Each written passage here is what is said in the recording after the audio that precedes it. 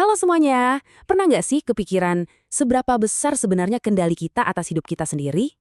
Nah, hari ini kita bakal kupas tuntas sebuah konsep yang super fundamental dalam Islam yang jadi jawaban atas pertanyaan itu, iman kepada qada dan qadar.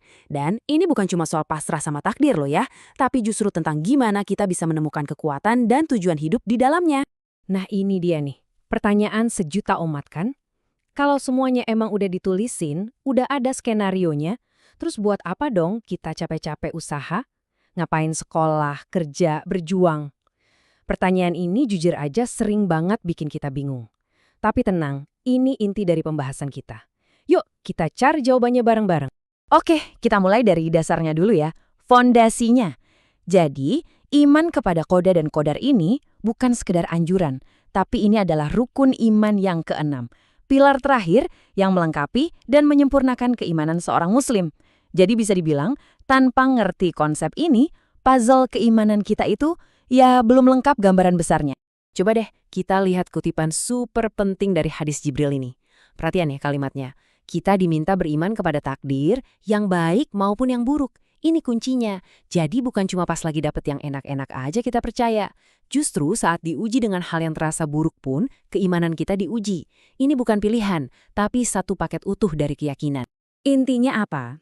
Intinya begini. Nggak ada yang namanya kebetulan di alam semesta ini. Nggak ada. Sehelai daun yang jatuh dari pohonnya pun, itu semua udah ada dalam sebuah skenario besar. Semuanya berjalan sesuai rencana ilahi yang super bijaksana dan adil.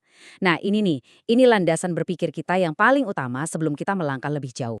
Oke, sekarang kita masuk ke bagian yang sering bikin bingung. Ada dua istilah yang kedengarannya mirip dan sering banget ketukar, qada dan qadar. Padahal beda loh, dan ngerti perbedaannya ini, wah ini kunci buat ngebuka pemahaman kita soal takdir. Yuk kita beda satu-satu. Nah, lihat deh perbandingannya di sini. Ini cara paling gampang buat ngerti. Bayangin gini, qada itu ibarat blueprint atau cetak biru sebuah gedung. Rencana besarnya yang udah dibuat sama arsiteknya sejak awal. Udah lengkap, udah final. Nah kalau qadar itu proses pembangunan gedungnya, realisasinya. Saat batu bata dipasang, saat jendela dipasang, itu semua adalah perwujudan dari blueprint tadi di dunia nyata. Kebayangkan beda? Oke, kita dalemin dulu soal qada. Qada itu apa sih? Anggap aja ini kayak hukum alam versi ilahi, ketetapan super besar yang berlaku buat semua makhluk tanpa terkecuali. Contohnya jelas banget, setiap yang bernyawa pasti akan mati. Itu qada. Itu aturan main universal yang udah digariskan dari awal. Nah, sekarang kita ke qadar. Kalau qada tadi hukum umumnya, qadar ini adalah eksekusi spesifiknya. Kapan, di mana, dan gimana caranya seseorang meninggal, nah itu qadarnya. Dan yang paling penting buat kita pahami, qadar ini sering banget berkaitan sama sebab akibat. Lihat deh contohnya, seseorang bisa lulus ujian setelah dia belajar sungguh-sungguh. Jadi usaha kita, ikhtiar kita, itu jadi bagian dari proses terwujudnya takdir itu sendiri. Keren kan? Ayat dari surat Al-Qamar ini benar-benar mengunci pemahaman kita soal qadar. Coba perhatikan kata biqadar. Itu artinya dengan ukuran atau sesuai takaran. Maksudnya apa? Artinya semua yang diciptakan itu punya ukuran, proporsi, dan tujuan yang pas, yang sempurna. Nggak ada yang kebetulan, nggak ada yang sia-sia, nggak ada yang asal jadi. Semuanya udah diperhitungkan dengan sangat presisi. Nah, sekarang kita sampai di bagian yang paling seru. Bagian yang benar-benar menjawab pertanyaan kita di awal tadi. Buat apa usaha? Ternyata teman-teman, takdir itu nggak cuma satu macam. Ada dua jenis. Dan disinilah kita akan lihat di mana persisnya letak peran usaha dan pilihan kita. Jadi, bisa kita bilang ada dua jalur takdir ya. Yang pertama itu namanya qada mubram. Anggap aja ini jalur tol yang udah fix, udah absolut, nggak bisa diubah. Terus yang kedua ada qada mu'alaq. Nah, ini jalur yang tergantung atau relatif. Di jalur inilah usaha dan doa kita memainkan peranan super penting. Biar lebih kebayang, kita langsung lihat contoh-contohnya aja yuk. Oke, kita bahas qada mubram dulu, si takdir absolut. Ini adalah hal-hal yang murni di luar kendali kita sebagai manusia. Contohnya, kita lahir kapan, dari siapa orang tua kita, jenis kelamin kita apa, dan nanti kita meninggal kapan. Itu semua udah paket dari sananya. Udah ketetapan mutluk yang nggak bisa kita tawar-tawar. Nah, beda lagi sama qadar mu'alaq, si takdir relatif. Ini dia arena bermain kita. Disinilah usaha kita punya dampak yang luar biasa. Mau jadi orang pinter, ya tergantung seberapa keras kita belajar. Mau punya badan sehat, ya tergantung gimana kita jaga makanan dan olahraga. Rezeki dan kemakmuran, itu juga berkaitan erat sama kerja keras kita.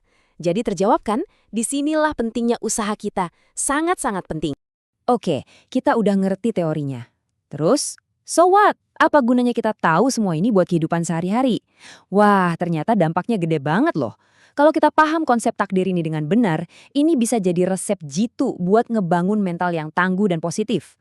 Ayat dari surat Al-Hadid ini, coba deh direnungkan, ini benar-benar bisa jadi sumber ketenangan yang luar biasa. Sadar bahwa musibah apapun yang menimpa kita itu udah tertulis, udah jadi bagian dari sebuah skenario besar, itu ngebantu kita buat nggak gampang ambyar, nggak tenggelam dalam kesedihan, nggak nyalah-nyalahin keadaan. Inilah kuncinya buat jadi orang yang lebih sabar. Dan buahnya apa? Nah, inilah 5 kekuatan super yang bisa kita dapatin.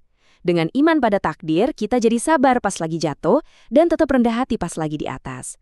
Kita jadi nggak gampang putus asa karena tahu kegagalan itu bagian dari proses. Dan yang paling penting, hidup jadi lebih tenang, lebih optimis, karena kita yakin di balik semua kejadian pasti ada hikmahnya. Ini beneran resep kesehatan mental yang dahsyat. Oke, teori udah, hikmahnya udah, sekarang gimana cara prakteknya? Gimana cara ngejalaninya dalam hidup? Semuanya itu sebenarnya bermuara pada 3 pilar utama, sebuah formula dahsyat untuk menciptakan keseimbangan dalam hidup kita. Tabel ini ngerangkum semuanya dengan apik banget. Jadi ada 3 serangkai, ikhtiar, doa, dan tawakal. Ikhtiar itu usaha kita, kerja keras kita sampai titik maksimal. Doa itu sambungan spiritual kita, minta tolong dan minta petunjuk sama yang di atas. Nah, tawakal itu adalah momen di mana kita, setelah berusaha sekuat tenaga, menyerahkan hasilnya dengan pasrah dan percaya sepenuhnya. Ketiganya ini nggak bisa dipisah, harus jalan bareng, kayak satu tim. Jadi, kalau ada satu hal yang perlu kita ingat dari semua ini, inilah dia. Iman kepada qada dan qadar itu bukan alasan buat jadi pemalas atau pasrah buta, bukan fatalisme. Justru sebaliknya, ini adalah panduan hidup proaktif. Ini bahan bakar buat kita berusaha sekuat tenaga, berdoa sekhusyuk mungkin, lalu melepaskan hasilnya dengan hati yang lapang. Ini resep untuk hidup yang jauh lebih bermakna. Dan sebagai penutup, saya mau ninggalin satu pertanyaan buat kita renungkan sama-sama. Bukan buat dijawab sekarang, tapi buat dibawa pulang. Setelah kita ngobrolin semua ini, kira-kira gimana ya caranya kita bisa menyeimbangkan 3 pilar tadi? Ikhtiar, doa, dan tawakal dalam kesibukan kita besok? Coba direnungkan. Makasih banyak sudah menyimak, sampai jumpa di lain kesempatan.